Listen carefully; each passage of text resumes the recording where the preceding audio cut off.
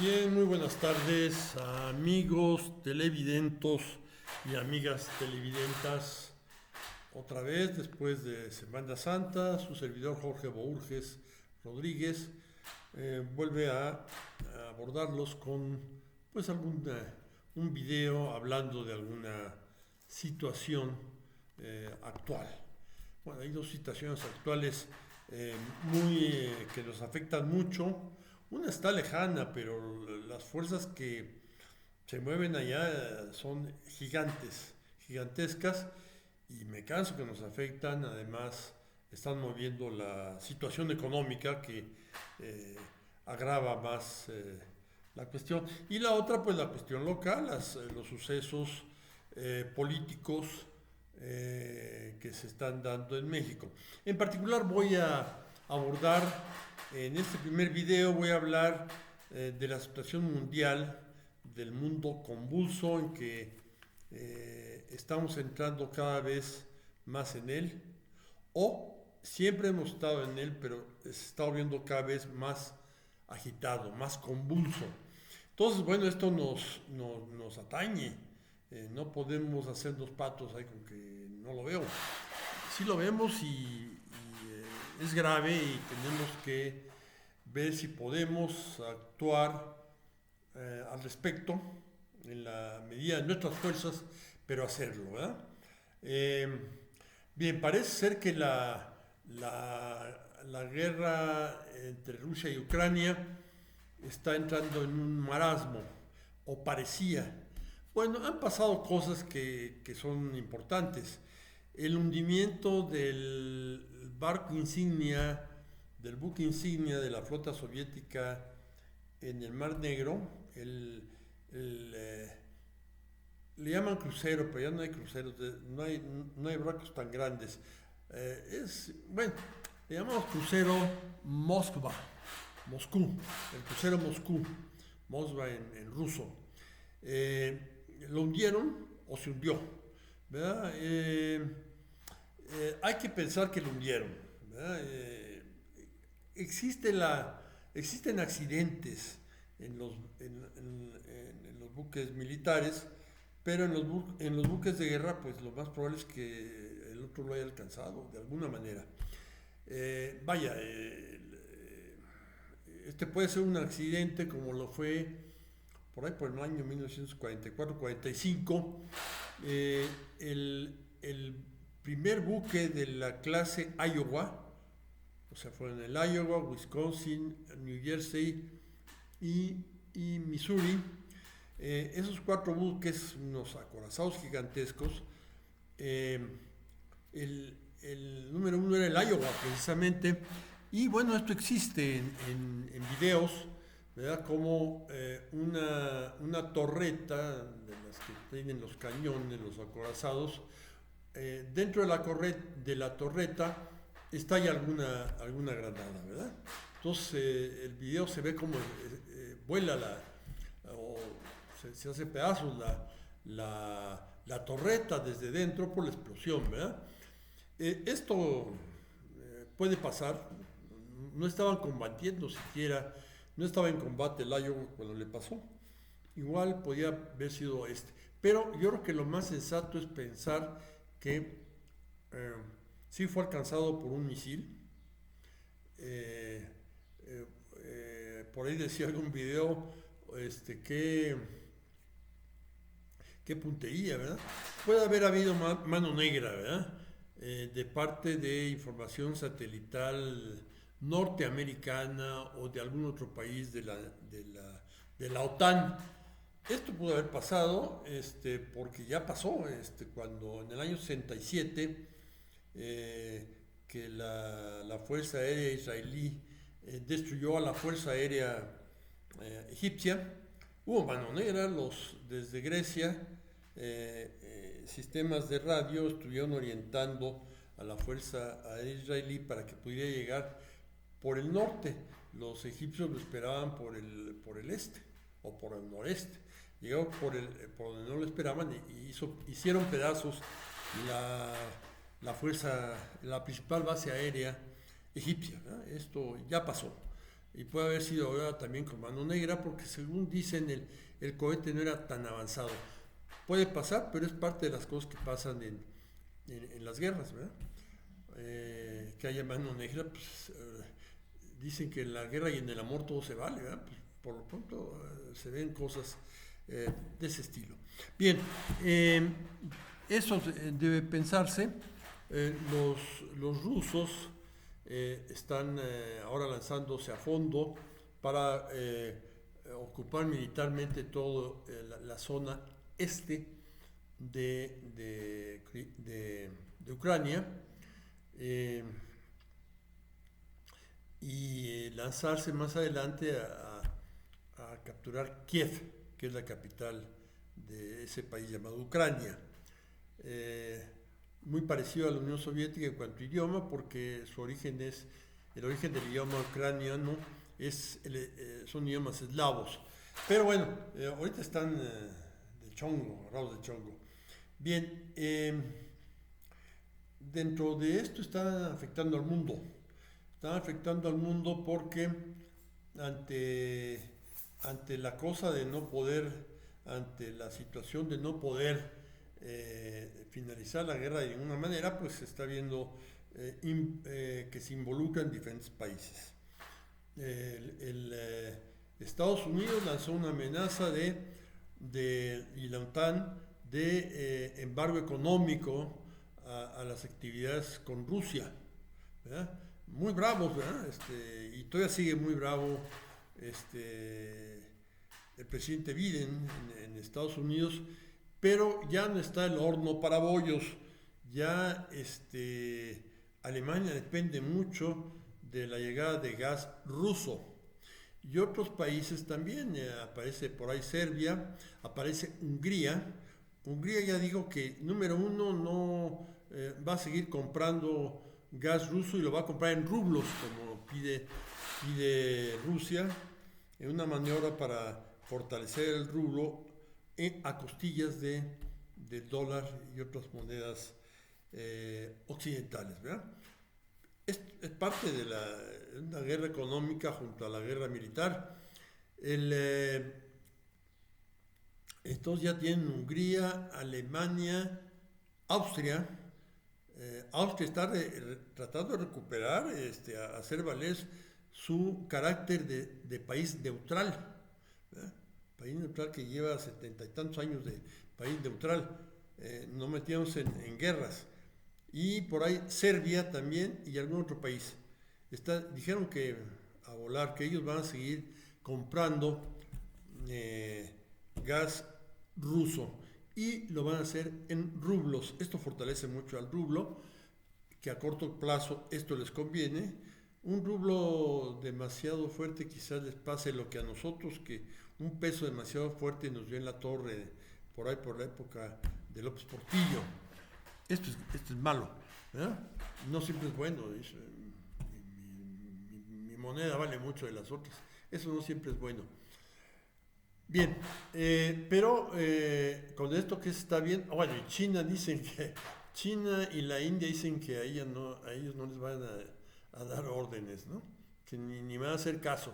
Igual países como Bielorrusia, Armenia, Kazajistán y algún otro más dicen que pues que ellos ¿qué? ¿No? China va a seguir comprando productos petroleros rusos y la India también.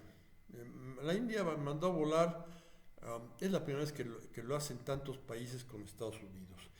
Creo que está pasando lo que un día dijimos de las situaciones mundiales se vuelven peligrosas cuando un país que domina hasta ese momento no se da cuenta que ya dejó de dominar. Decíamos de España, cuando la fuerza militar dejó de ser la importante, pasó a segundo plano, lo adquirió Francia, que se volvió el país más rico de Europa por sus productos de exportación y por su riqueza agrícola, hasta que llegó la revolución industrial, que necesitaban carbón. Francia no lo tenía y lo tenía a montones Inglaterra, ¿verdad? Entonces Francia no se dio cuenta y siguió guerreando y siguió haciendo tonterías, ¿verdad? Igual que lo había hecho España antes.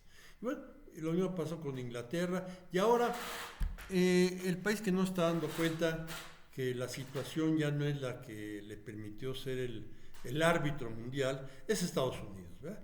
No es que haya caído en hacer un país pobrecito, ¿no? Sigue siendo un país muy rico, pero ya no es el único, ¿ya? Ni el único tecnológico, ¿verdad? Hay países tecnológicos en Europa que van a que comercian con Estados Unidos en ese campo, entonces no están alejados. Y China y la India son países altamente tecnológicos y por ahí viene Irán. Irán está avanzando mucho en tecnología. Eh, Hay inclusive el temor de que ya no necesiten eh, refinar uranio, sino que salten directamente a la bomba H, a producir la bomba H. Puede ser, no sería sencillo, pero puede ser. Entonces, bueno, esto mete una nueva situación. Ya Estados Unidos no es el árbitro de la situación mundial, ni mucho menos. Entonces, bueno, esto es parte de lo grave que está pasando. Y bueno, tanto Estados Unidos como Europa ya no son como antes, ¿verdad? Bueno, antes tenían un país enemigo que era la Unión Soviética, Rusia y otras repúblicas más. La Unión Soviética era el país enemigo en lo militar, pero era muy fuerte en lo militar, armas muy avanzadas, cohetes, todo eso, y llevaba la delantera en muchos campos, pero era económicamente menesteroso, y le fue la patada y hemos criticado al comunismo soviético, incluso frente a otros sistemas comunistas, ¿verdad? Esto fue muy, muy claro y por eso cayó. La Unión Soviética no cayó porque le llegaran ejércitos enemigos, sino porque se pudrió por dentro. Y entonces, pues ya eh, se deshizo por dentro. Pero ahora ya no tienen, ya no hacen sigue habiendo un control muy fuerte estatal de la economía y entonces han dirigido su economía en ciertas direcciones. No han dejado de ser un país tecnológicamente muy fuerte, pero ya no es pobrecito, ¿verdad? Ya tiene muchos recursos, entonces ya no lo van a ahogar con eso. Entonces es difícil, es muy difícil y máxime que ellos están tomando ya una decisión histórica que es jugar junto con los países de la antigua Unión Soviética que siguen con Rusia, jugar el juego de China, que va a ser el país líder, el juego de China y de la India. Con la India llevan muy buena relación. Entonces, por ahí va la cosa. Pero Rusia ya no vuelve a coquetear o a portarse blanda con Europa. Ni modo, era un país básicamente europeo, pero va a dejar de serlo, ¿no? No puede confiar en Europa que ha faltado a los compromisos de no extenderse militarmente, de que la OTAN no se extendiera militarmente hacia el este. No lo han hecho, entonces ya no puede confiar, ¿verdad? No puede confiar que se lanzó a esta guerra, cruel como todas las guerras, ¿verdad? Y y es muy cierto que están cometiendo muchas atrocidades. Muchas veces lo que pasa es que, bueno, se notan las atrocidades del que va ganando y no se notan las que le hacen, ¿verdad? Pero suele haber, ¿verdad? No hay... En todas las historias de la Primera, Segunda Guerra Mundial, las otras guerras, las napoleónicas, me canso que unos de otros, ¿verdad? Bien, pero eso no pasa, hay sectores críticos, ahora hay sectores críticos y bueno, pero antes de hablar de sectores críticos, no puede haber una agresión económica le prohíbo a mis países amigos que comercien contigo porque se perjudican. Estamos ya en un país globalizado. Entonces, todos tienen que ver con todos. Creo que fue o el presidente Wilson, cuando proponía sus 14 puntos, en vez del Tratado de Versalles, que decía que si dos países pueden comerciar, ya no van a pelear. Y esto es cierto. No es cierto, porque están peleando, ¿verdad? Y podrían comerciar. Pero lo que sí es que el mundo total no puede estar dividido en dos superbloques, porque esos bloques necesitan comerciar. Ya la economía es global, no se pueden poner barreras a lo tarugo, ¿verdad? Inclusive barreras monetarias, pues tampoco estamos viendo que no. La globalización hace que las medidas económicas como complemento a la acción militar perjudican más que otra cosa. Cuando Estados Unidos bloqueó a Cuba, pues no tenía con qué, prefirió bloquear económicamente a Cuba que hacer otra cosa. Y entonces sí, se fue al caño Cuba, ¿eh? Y bueno, las barreras ahora son muy difíciles de poner. Cualquier barrera es muy permeable. Hablamos mucho de la globalización y pensamos mucho en el mundo de las computadoras, la banca, el crédito mundial, etcétera, etcétera. Y dejamos pasar algo que constantemente vemos, salimos a una carretera y lo muy probable es que nos topemos con algo que es típico de la globalización, que son los contenedores que vemos circular por las carreteras de un lado para otro. El problema de los contenedores está ahorita ya en una crisis y cualquier aislamiento de continentes, uno alejarse del otro, va a meter en mayores problemas a ese ramo industrial, además ese ramo industrial es básicamente europeo, ¿verdad? Son países europeos los que tienen las navieras más grandes, ¿verdad? En primer lugar cuando pensamos en Dinamarca, pensamos en galletas de mantequilla y bueno, también está la compañía Maersk, M-A-R-S-K, ¿verdad? Es la más grande del mundo. Le sigue una italiana, MSC, luego los franceses juntaron dos compañías, MACGM, algo así, ¿verdad? El Estado francés que no se mete en economía, creo que los obligó, en fin, luego por ahí sigue Evergreen, que es, tengo entendido que es taiwanesa.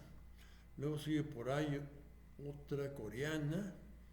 Y luego sigue una alemana que también tiene un nombre que viene a la memoria, Hapag-Lloyd.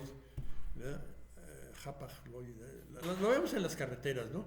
Los otros, la italiana y la francesa, pues son unas siglas que quién se va a acordar, ¿no? Pero estas tienen cierta sonoridad, Maersk tiene cierta sonoridad, Evergreen, no digamos, y hay por ahí otra taiwanesa o de Singapur, muy grandota también. Pero esas cuatro europeas nos dicen que es un negocio muy europeo y se van a ver en problemas si el comercio mundial empieza a atrofiarse, les va a ir mal. Entonces, bueno, poner barreras al comercio es cada vez más difícil. De hecho, ¿dónde está la aduana de Veracruz? Bueno, el viejo edificio de la aduana está por ahí, debe tener algún museo o algo así, pero ya no opera. Lo que opera actualmente es que llegan a Veracruz los barcos, pasan los contenedores a plataformas de ferrocarril o a plataformas de tractocamiones y riácatelas, se van a diferentes zonas de distribución del país, en las cuales se hace una revisión aduanal somera, muchas veces meramente documental, y confiada en el historial de la compañía que está importando,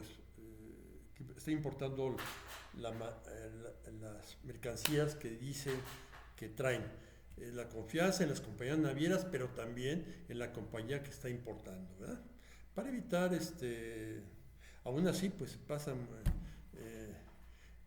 Yo no me creo eso de que en México se mueven las drogas de no sé dónde hasta la frontera y en la frontera le salen patitas a las drogas y se van caminando por todo Estados Unidos. No me lo creo, ¿verdad?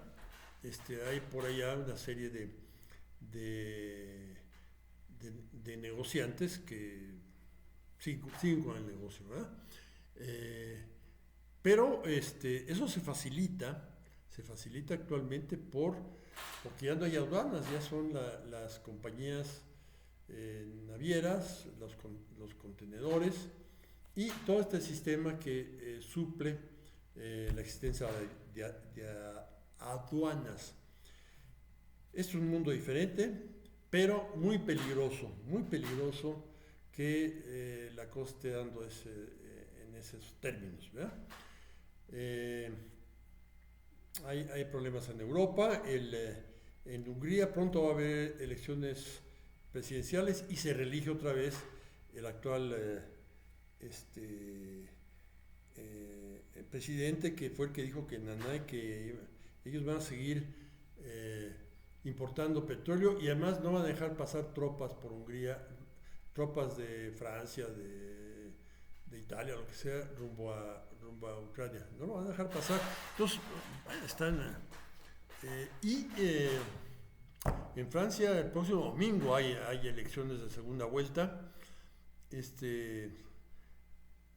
Nunca pensé que yo le iba a ir a la señora Le Pen, pero si triunfa la señora Le Pen, triunfa una filosofía política muy canija con la emigración, muy canija, y eso a la larga es catastrófico para un país que ha tenido tantos emigrantes.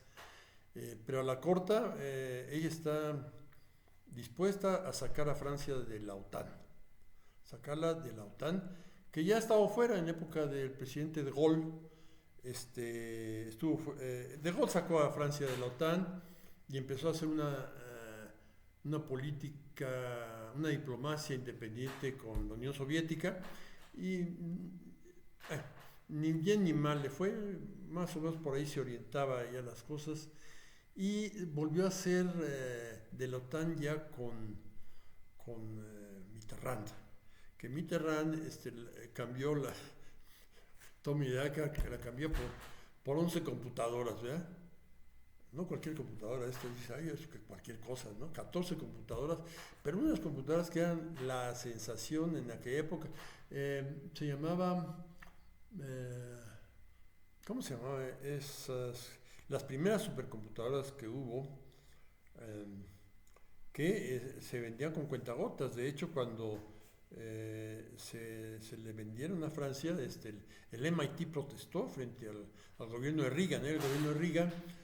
Y las computadoras, me acaba de pasar el nombre por acá, si no me acuerdo ahorita me acordaré antes del siguiente video, porque ya llevamos 23 minutos, que es mucho tiempo, ¿verdad?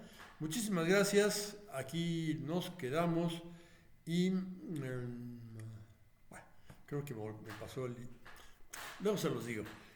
Muchas gracias por su atención por lo pronto y pues a ver qué podemos hacer desde acá,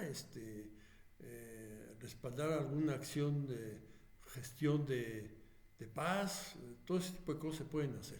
Bueno, muchísimas gracias, hasta la próxima, nos vemos.